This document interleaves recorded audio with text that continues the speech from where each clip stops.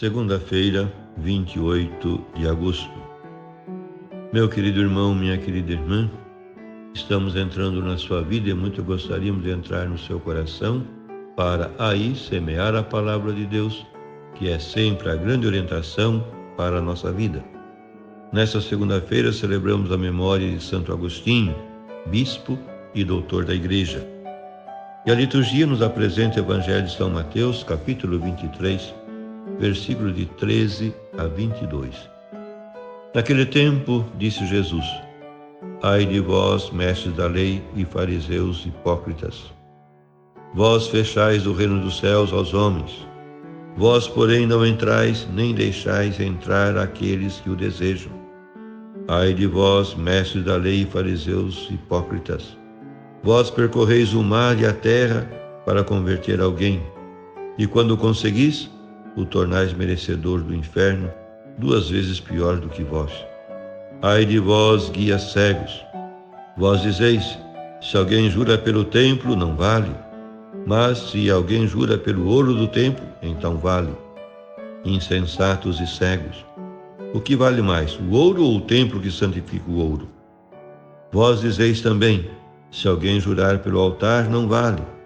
Mas se alguém jura pela oferta que está sobre o altar, então vale. Cegos! O que vale mais, a oferta ou o altar que santifica a oferta? Com efeito, quem jura pelo altar, jura por ele e por tudo que está sobre ele.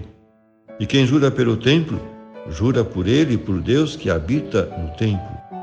E quem jura pelo céu, jura pelo trono de Deus e por aquele que nele está sentado. Meu querido irmão, minha querida irmã, hoje começamos as 7 maldições de Jesus sobre escribas e fariseus conjuntamente. Na passagem paralela, Lucas anota só 6 repartidas por igual entre uns e outros separadamente. De fato, boa parte dos letrados, isto é, rabinos, teólogos, juristas e doutores da lei mosaica, pertenciam ao grupo dos fariseus. As 3 primeiras imprecações de Jesus a escribas e fariseus, segundo Mateus, constituem o texto evangélico de hoje. Referem-se à atitude dos mesmos perante o reino de Deus, o proselitismo e os juramentos, respectivamente. O denominador comum dessas maldições, como das restantes, é a hipocrisia. Todas começam com um ai de vós, que é um grito de dor e lamentação, indignação e condenação.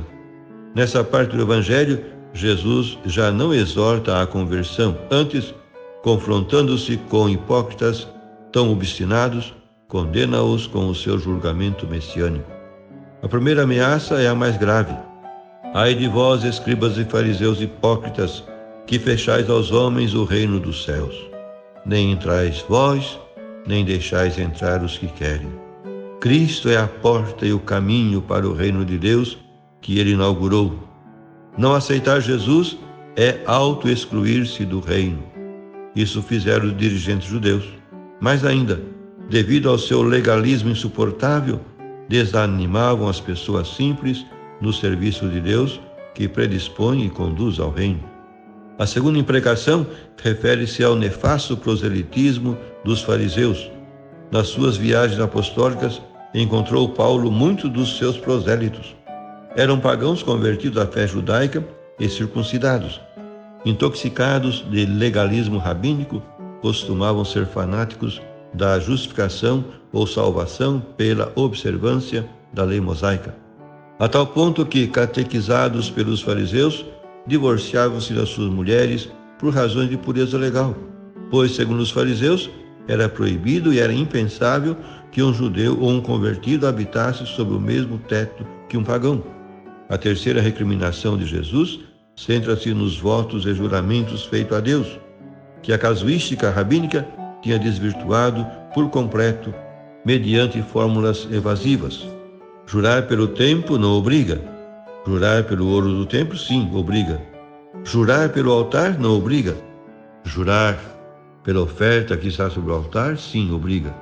Jesus chama insensatos e cegos a tais guias, porque o templo e o altar são maiores que o ouro e a oferta, cujo valor vem precisamente do templo e do altar, que simbolizam e expressam a presença de Deus neles. A atitude farisaica e ritualista, que falsifica a imagem de Deus e a religião, não morre facilmente. Vemos ainda hoje pessoas que vivem uma religião comercializada, sem entusiasmo nem generosidade, sem alegria nem abertura.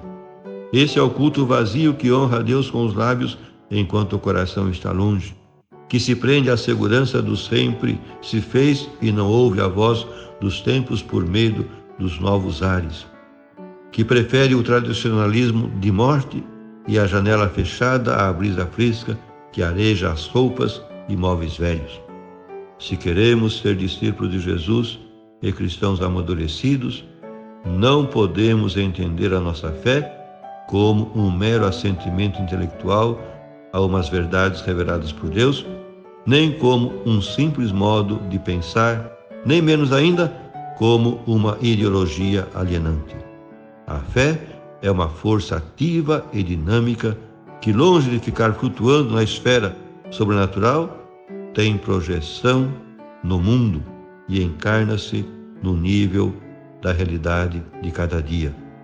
Por fidelidade à palavra de Deus, a resposta do homem é a mesma, isto é, a fé deve ser ação. Fé e amor a Deus e ao próximo devem andar juntos. Por fim, rezemos. Nós te bendizemos, Pai, porque Jesus nos ensinou a caminhar com sinceridade diante de Ti e dos irmãos. Reconhecemos humildemente que a nossa religião é com frequência o culto vazio que não te satisfaz. Os nossos lábios louvam-te, mas o coração está longe. Daí o nosso pouco entusiasmo, generosidade e alegria. Hoje nós te pedimos perdão.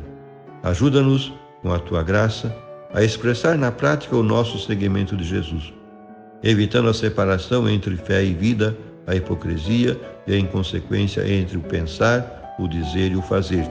Assim revelaremos aos nossos irmãos a tua face verdadeira, hoje e sempre. Amém.